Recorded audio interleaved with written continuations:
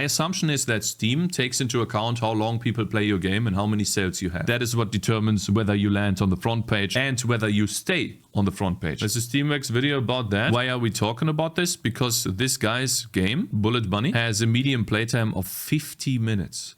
And I'm comparing this median playtime because his game is very similar to Vampire Survivors. And so if we compare 50 minutes to 17 hours, that's really crazy. Right, or 22 hours. But yeah, 17 hours in the original game. This is in the video. So this is how Steam visibility works. How long is it? Hey 25 minutes? This is Eric from Valve, and this is a talk called Steam Visibility, How Games Get Surfaced to Players. I think what they're doing is they're taking into account the click-through ratio, like how many people click on your thumbnail. And then if your game is out, how many purchase your game and how long they play your game. Because ultimately they want you on their platform, just like YouTube. They want to keep you on their platform for as long as possible. I think these are the most important metrics they take into account. Whenever we talk to developers or publishers all over the world, they want to know about how games get featured on Steam. Yeah. In this talk, you're going to learn about the discovery mechanisms at play behind the scenes on Steam, which inputs actually matter, and how our philosophy and relationship with customers drives our approach to visibility. All right, let's jump right in. Welcome to Steam Visibility, How Games Get Surfaced to Players. Okay.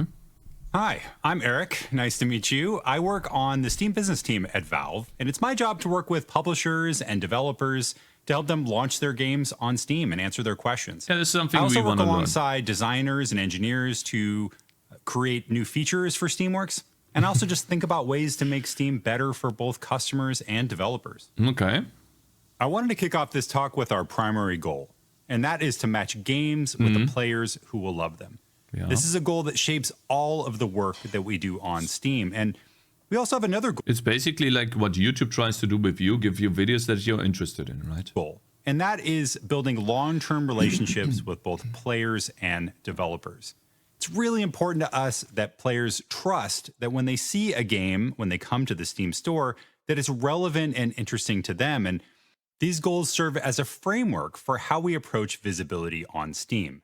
Okay. For that reason, we've also come up with some rules. And the first one is we don't sell advertising or placement on that's Steam. good. You simply can't buy featuring for your game on That's the front awesome. page or anywhere on Steam. Actually, that's really good. I didn't even think about that. But let's say on YouTube, you can actually buy yourself views. You can advertise your video. Let's say my brother tried this out actually. What you can do is you can buy impressions. Impressions are basically when your video is shown to a person.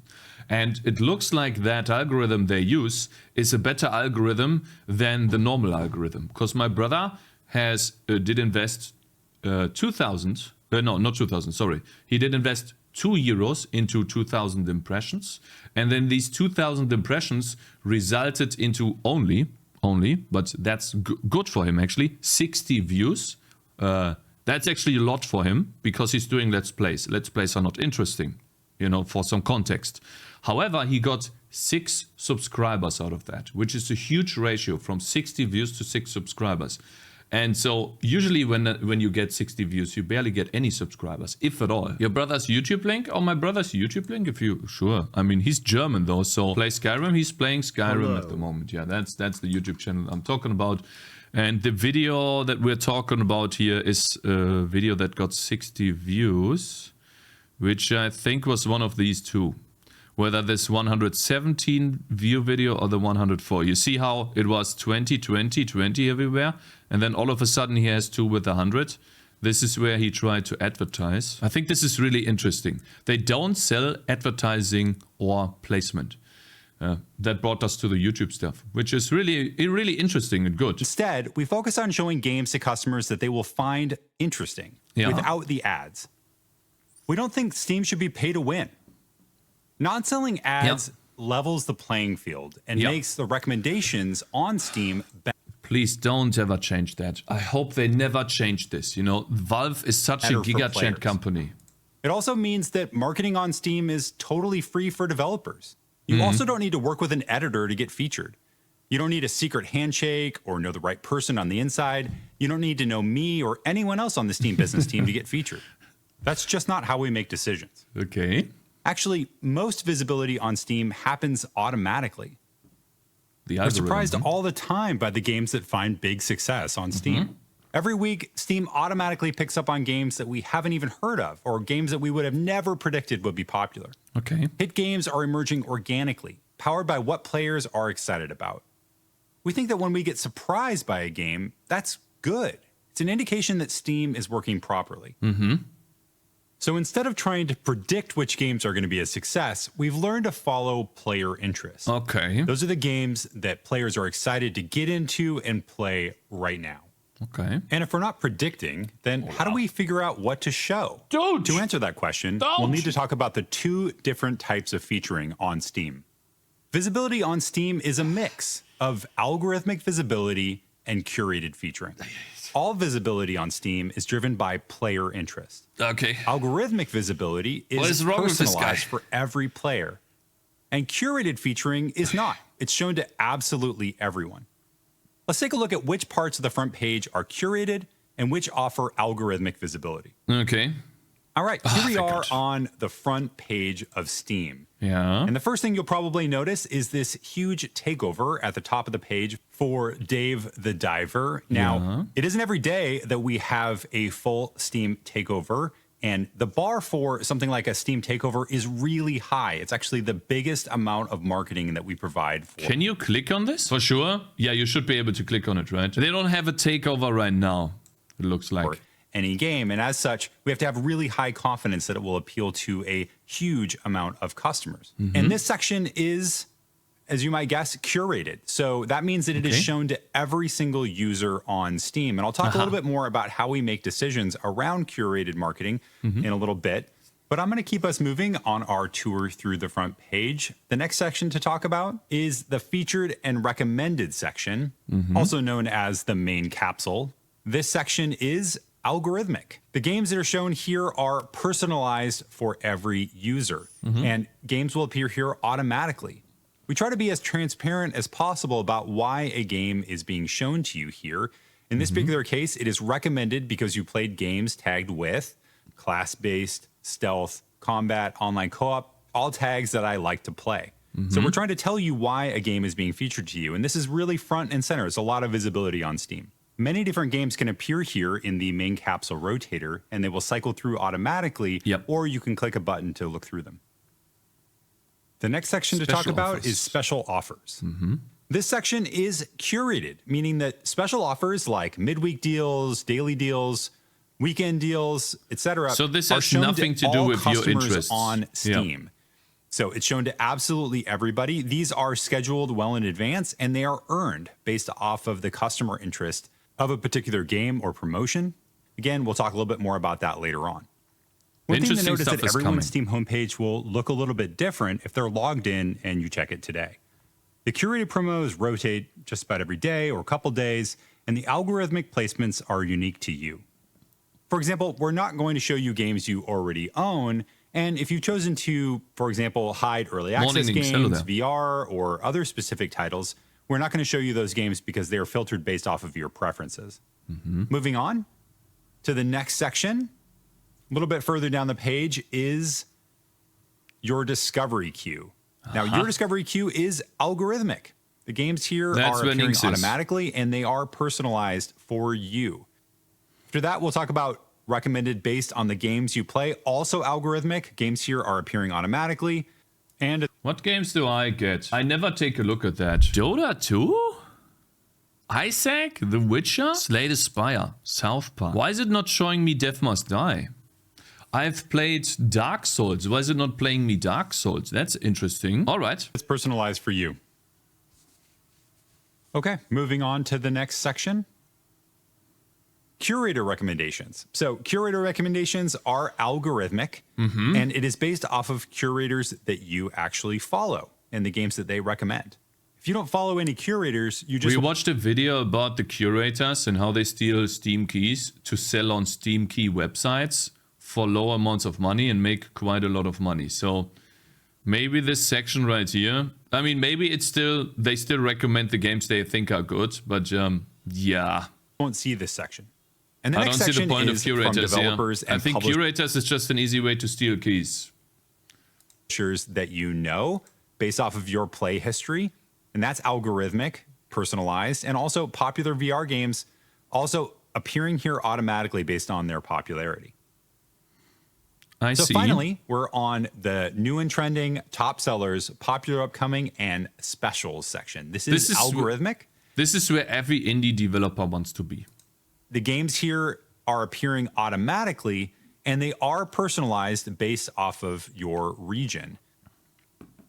There are a lot of tabs here, and they're all algorithmic. I'm not saying so let's all talk a bit more yeah. about each one. Okay. Starting off with new and trending, this is an algorithmic list of the most popular games that have recently released. It's also regionalized, so it will be a different list depending on where you are. And the way that this works is that when a new game is released and it meets a certain threshold of popularity, it will appear on this list automatically right at the top. What is that It will threshold? get pushed down as more new games. Overall user reviews, positive 70. Backfire wall is at the very top, $13, minus 10%. Basically, new release, minus 10 to release discount, right? We talked about that. Interesting. Games that meet the threshold are released. Eventually, it will get pushed off the list entirely. Now, in this section, early access games are excluded, but they can appear in this list when they go 1.0, when they exit early access.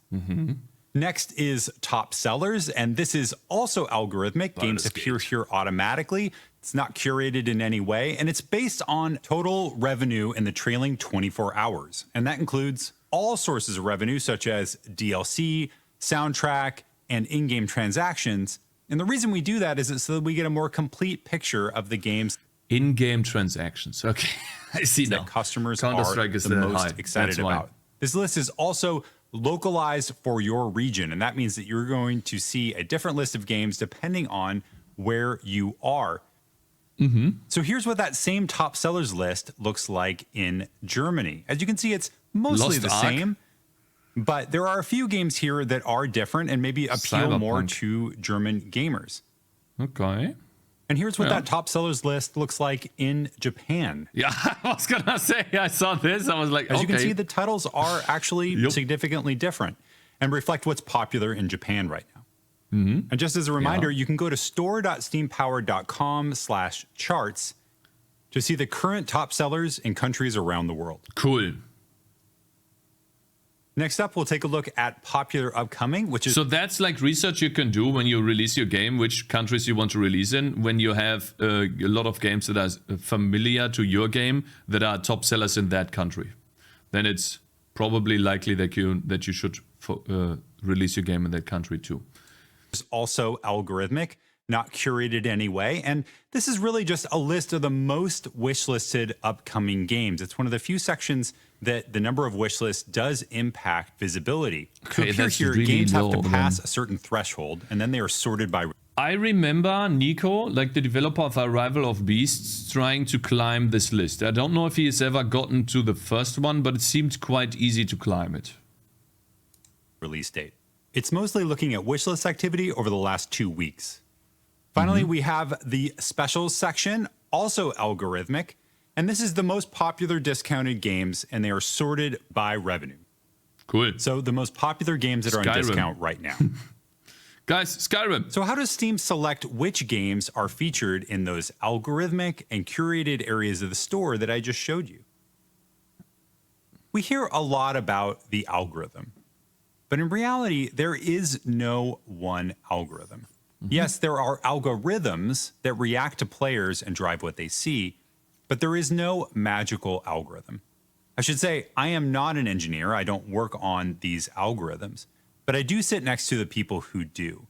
And these engineers are constantly tweaking these algorithms all the time. But what my goal is today is to give you a broad strokes understanding of our philosophy and our values and what we are trying to accomplish with our algorithms and how we feature games to customers. When it comes to visibility on Steam, there are two important things to keep in mind. First is Steam is personalized for you. Everybody on Steam has their own store. Yeah. And the second is player interest drives visibility. It's about creating. Okay, so for me, player interest, if I were to define that, because I want to see if I'm wrong or not, because I have a very strong opinion about that. I think player interest is how long do you play? How many people, or let's start with the thumbnail. How many people click on your game, click-through rate, how long you play, how many people buy. That shows interest. If people buy and play your game for a long time, that's a good indication of player interest. Players are interested in that. A lot of people click, players are interested in that thumbnail. That's what I would do. Now, could be wrong here, but that seems to indicate. Automatically customizes elements of the store for every user. And we want to let player preferences drive the visibility so that recommendations are more relevant, so that customers can find the games that are relevant to them. As Steam has gotten bigger, it's gotten way more diverse. And we think that's really cool. Some people like to play the latest first-person shooter. Some people like to play vampire visual novels or farming sims. There are so many different types of games that players like to enjoy. And for that reason, just about any type of game can find its audience on Steam. And we think that's awesome.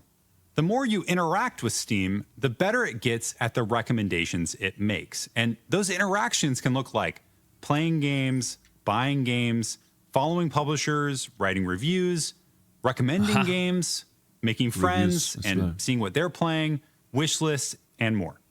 Tags, I didn't go into reviews at all. Tags are really important for your game.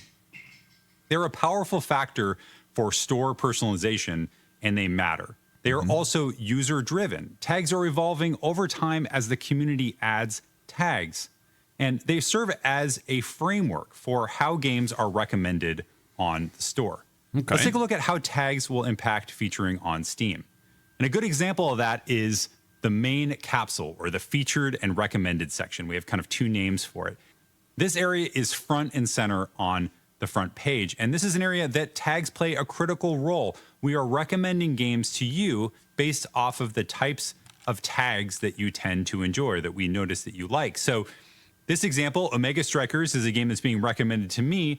I like to play a lot of MOBA games. I like to play competitive games, and it's recognizing that and recommending this game to me because it has the tags MOBA, esports, team-based, and combat. And you should really try this yourself. Go to the Steam store, logged in, and you'll see games recommended to you based off of your preferences. But I don't get Dark Souls recommended to me.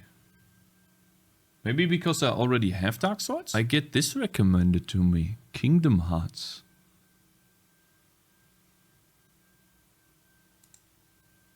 Oh yeah. I think this is a game I would play. Souls-like? Oh yeah. Okay, Fallout. Yeah. Top seller. It looks like some top sellers are mixed in there too, because I never played any of these games. I never played a Goat Simulator. It's a mix then. Personalization of the main capsule is based on the games that you have played or wishlisted. Top sellers. The games your friends are playing or have wishlisted. Games your friends have recommended. Top sellers, regionalized for where you are. New releases and updates, and curators you follow. Yeah, curators. I'm not. Here's an example of some personalized recommendations that were given to me on the front page. I played a game called The Rift Breaker, and because of that, it's recommending other games that have similar tags to The Rift Breaker. Things like base building, automation, sci-fi, story-rich. In this way, tags are an interconnecting web that allows for personalized recommendation and discovery. Okay, let's talk about content hubs. Content hubs are a big source of traffic and discovery on Steam. Sort of like mini versions of the front page, but they're scoped to a particular genre, and they are also personalized. Let me show you an example. So here we're looking at the Simulation Hub, and it's recommending a game called Crusader Kings 3 to me. Few things jump out. So the first thing is it's listing a number of tags that apply to the game so that I get a snapshot of what playing the game is like, what tags are applied. It's also explaining to me why it's recommending this game to me, why similar it's relevant. to games recommended by two friends, owned by 3 friends. It's similar to games that I've played. 5. I have played Stellaris, so it's saying that it's similar to that. It's also recommended by 2 of my friends owned by 3 of my friends and wishlisted by 5 of my friends. That's which interesting. Seems pretty relevant to my interests. Player interest drives visibility. This is the all interesting kinds one. of marketing on Steam. Okay. And one of the most reliable and accurate ways we've figured out to measure player interest is revenue. That's because When players spend time and money on your game, it's a strong signal to Steam it could be interesting to other players. So, how many sales, how long they play. bunch of players are spending time and money on your game. It's a really strong signal to Steam that it could be interesting to other players too. Only makes Steam's sense. algorithms react to player interest quickly and automatically. And the important thing is it can happen anytime during the life cycle of your game. So the person that I was talking about his game yesterday, and let's make this a bit smaller, it's a bit bright. The Bullet Bunny, who has a medium playtime of 54 minutes. I guess players just didn't play it long enough to warrant a place on the front page because there were other games that got played for longer.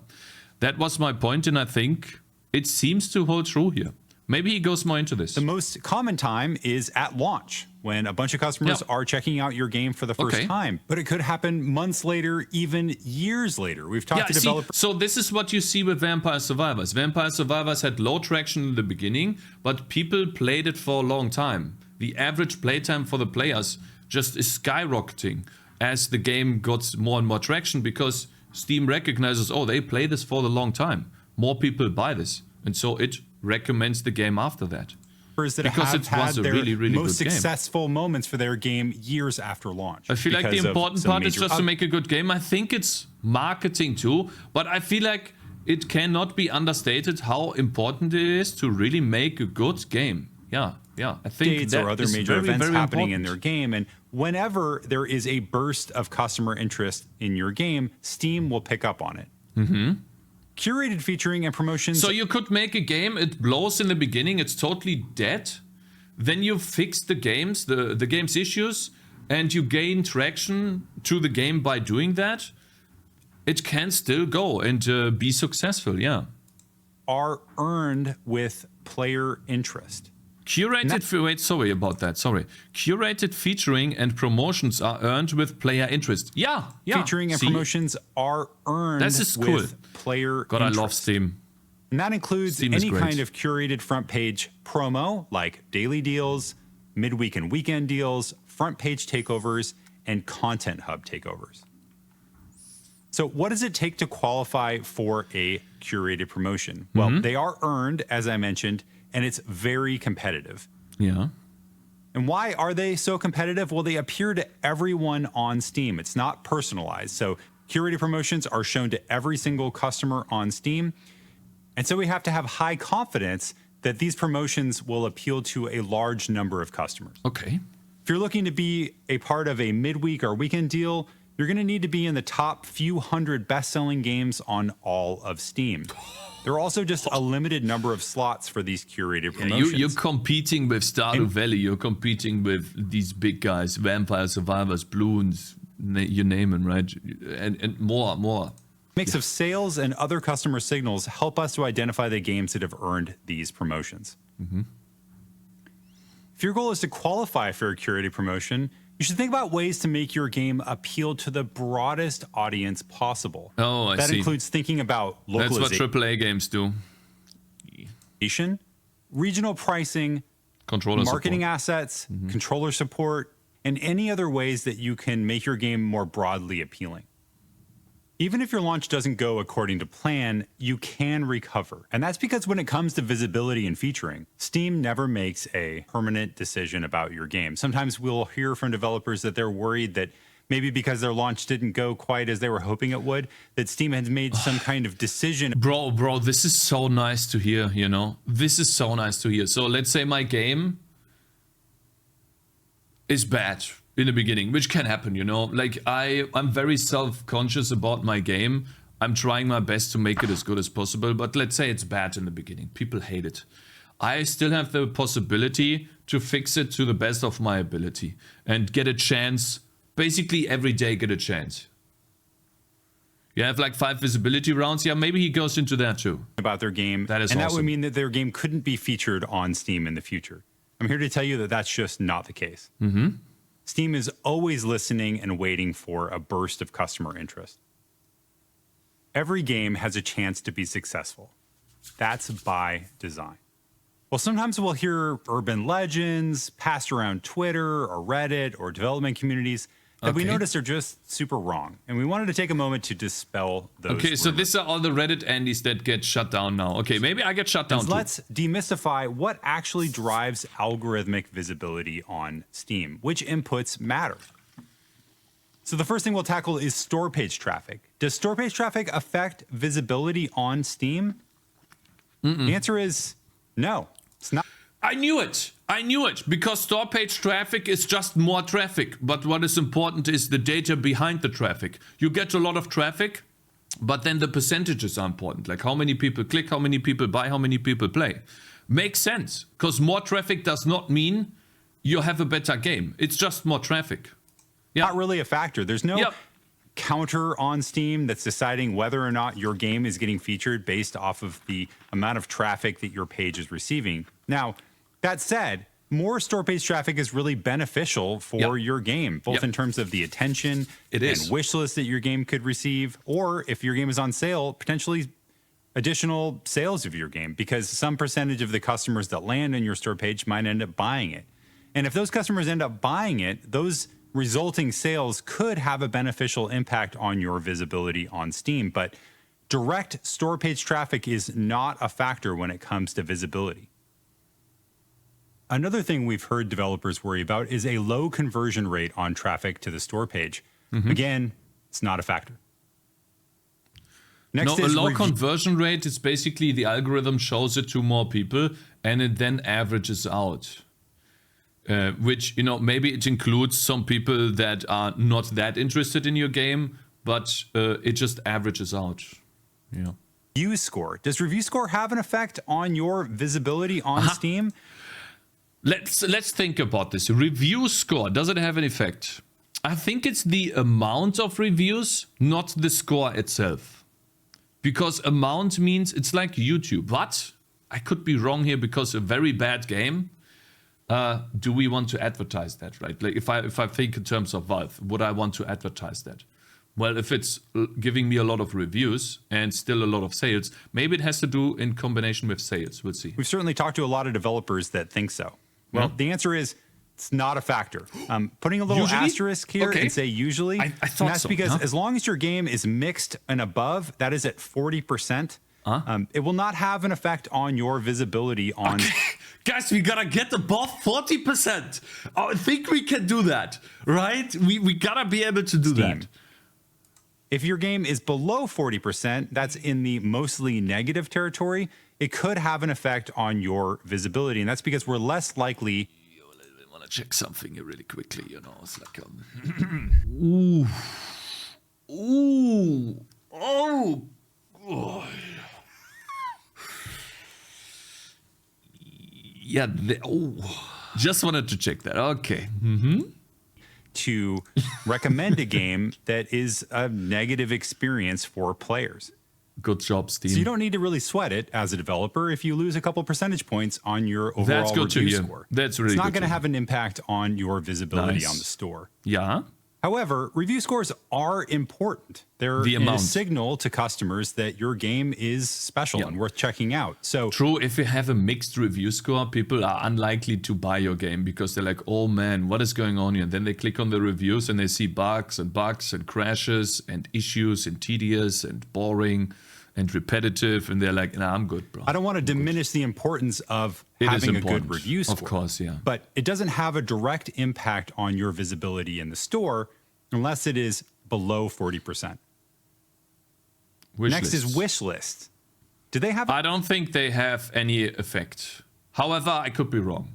I think wish lists is basically just to gauge the interest in your game. The more wish lists, the more people are interested. But maybe the conversion rate could be wrong. This is just an interest multiplier, an interest mechanic, or not mechanic. Sorry, an interest metric. That's how I would see an impact on your visibility on Steam. That's what I think. The answer is not a factor with a big asterisk. The easiest way to explain it is wishlists are only a factor before a game releases. Okay. There is a section that I pointed out. Oh, I see. So before the game releases, the more wishlists, the more traction to your page because people wishlisting it more and more. That's that makes sense. Upcoming section that is affected by the number of wishlists that you have, but by and large, wishlists don't really have an effect on your visibility on Steam and the featuring that you get. And I've actually talked to developers all over the world that claim that they've heard that you need a certain number of wish lists to appear on the front page, or you're never going to get featured unless you get... To give you some example of someone that didn't do any wish lists at all. Pogostuck. Real super cool. I think he had like, how many wish lists did you have? 100? 200 wish lists?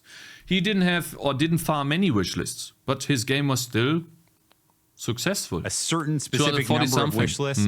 Maybe it's 50,000 or 100,000 wish lists. I'm here to tell you that that's just simply not the case. That's good to hear. Wish lists are really valuable. They're really important because to gauge interest. When you get a wish list, that customer will get an email when your game launches. Oh, yeah, and that's also when your too. game is discounted at 20% or above. And when they get... Aha. So this is where the discount comes into play. The release discount. So... here is what people said in the past, which was wrong apparently. When you have a 20% discount on release, the customer will get an email because of the 20% discount. But this guy just said, and I repeat, because it was maybe not clear, anyone that wishlists your game will get an email when your game releases, whether you have a discount or not. Get those emails, there's a chance that they're going to end up converting. They're going to end up buying the game, and the resulting sales could have an effect on your visibility. So they are really, really important. Yep. However, the pure number of wish lists that you have does not affect your visibility. Okay. Early access, does it have an impact on your visibility on Steam? I don't think. It's just like an early release. But I don't know anything there. Absolutely no idea. No, not really. Not a factor. Okay. I put an asterisk on this one because there are actually some areas of the store that you cannot appear if you are in early access. So early access seems to be like limiting your visibility, but okay, yeah. Now, of course, you could appear in those sections later on when you launch out of early access. But for example, in new and trending, you cannot appear in that section if you are in early access. And some customers have chosen to opt out of seeing early access games on the store. Ultimately, early access is not a marketing tool. You should not go into early access thinking that it will give you additional featuring or visibility in the store. It's really a development tool. You should use early access. I should make a screenshot of this once we if you want to engage with your community to get feedback around your game, to involve them in the development process, and ultimately launch out of early access. But it's not a good marketing tool. Finally, let's talk about localization. Does that affect your visibility on Steam? It's a factor, definitely. It has an impact on your visibility. And that's because customers select which languages they're comfortable with in their Steam client. And so the more languages you support, the more people you reach, essentially. We are much less likely to recommend the game to a customer that doesn't understand the supported languages for that game. So if your game doesn't support Japanese, it's much less likely to be featured to a customer that speaks only Japanese. Yeah. And the good news is, as you add additional languages that you support both in store page and for your game, it will open up new areas of the world and new sets of customers that speak the languages that you now support. Cool. So definitely localization. So what you can treat this like a progressive release, something like that. Important. Cool. Ultimately, there is no magical number to get featured by our algorithms. Steam is reacting to player interest. That's just what it does. And there are things that you can do to generate that interest. Make a good game that holds people for a long time. Steam is designed to help your game find your audience, and it will help you to snowball to success. But you need to get the snowball rolling. And the most important piece of advice I have for you is launching a store page and hoping for the best is not a marketing plan. Okay. The bigger the snowball you can roll into Steam, the bigger it will grow. Of course, it's possible to launch a game on Steam that just happens to be so incredible that despite having no momentum or awareness whatsoever, it There was Vampire Survivors, I think. That's what Vampire Survivors said. becomes a massive hit. It has happened before, but that's an outlier. Yeah, and that is that's not an a outlier. recipe for success. Yep, that makes sense. You really want to have the biggest amount of awareness and momentum that you can going into your launch. Okay. And there's some work that you can do to build. But, however, like that's what Chronicles of Avernum did, and it didn't work out for them at all. So that's not a recipe for success. Yeah, sorry, it was Immortals of Avernum by EA. And so essentially they had like the biggest marketing launch, and it didn't work out for them. See, like 300,000 or 230,000 Twitch viewers, but it didn't convert into any player numbers. Like they went down to basically nothing, 40, 50 at most. Build that momentum and interest in your game that it's important to launch with. That is working with, Discord communities, forums, social media, working with press and influencers to get the word out about your game. Maybe doing paid marketing if it makes sense for your game and it makes sense for your budget, but certainly not required. And also maybe thinking about going to local trade shows, meetups, and groups. You just want to focus energy around the big events in your game. That is usually a big launch, but it could be a major update or even just a healthy discount somewhere down the road. Yeah. You want to think about a way to create the biggest burst of sales and players possible. This is something that the Steam Recommender can react to. My other recommendation is to learn from other developers. They'll have innovative and effective ways to help you build your snowball and get it rolling. We are always working on ways to improve Steam for both players and developers. And we're going to continue to tinker behind the scenes. This is a snapshot of how visibility works on Steam today. But the important thing to keep in mind is that visibility and featuring on Steam will be driven by fans and the games they buy and play. And I'm going to come back to our original goal with Steam, which is to match games with the players who will love them. And that goal will always be the same. All kinds of games can find an audience and success on Steam. There's room for everyone. Cool. Okay, Thank that you. wraps up this talk on Steam visibility. If you Helpful have more links and a questions, there's a QR downloadable code PDF. here that'll take you to a site. Helpful links, a downloadable PDF of this presentation. There's also a link to create a support ticket so that you can reach out to us and ask us a question directly. Awesome. All right, I hope this talk gave you a better understanding of how visibility works on Steam. Yep. Thanks so much for watching, and we'll see you in the next video. Thank you. Thank you for the information. What this tells me is that Steam is very forgiving.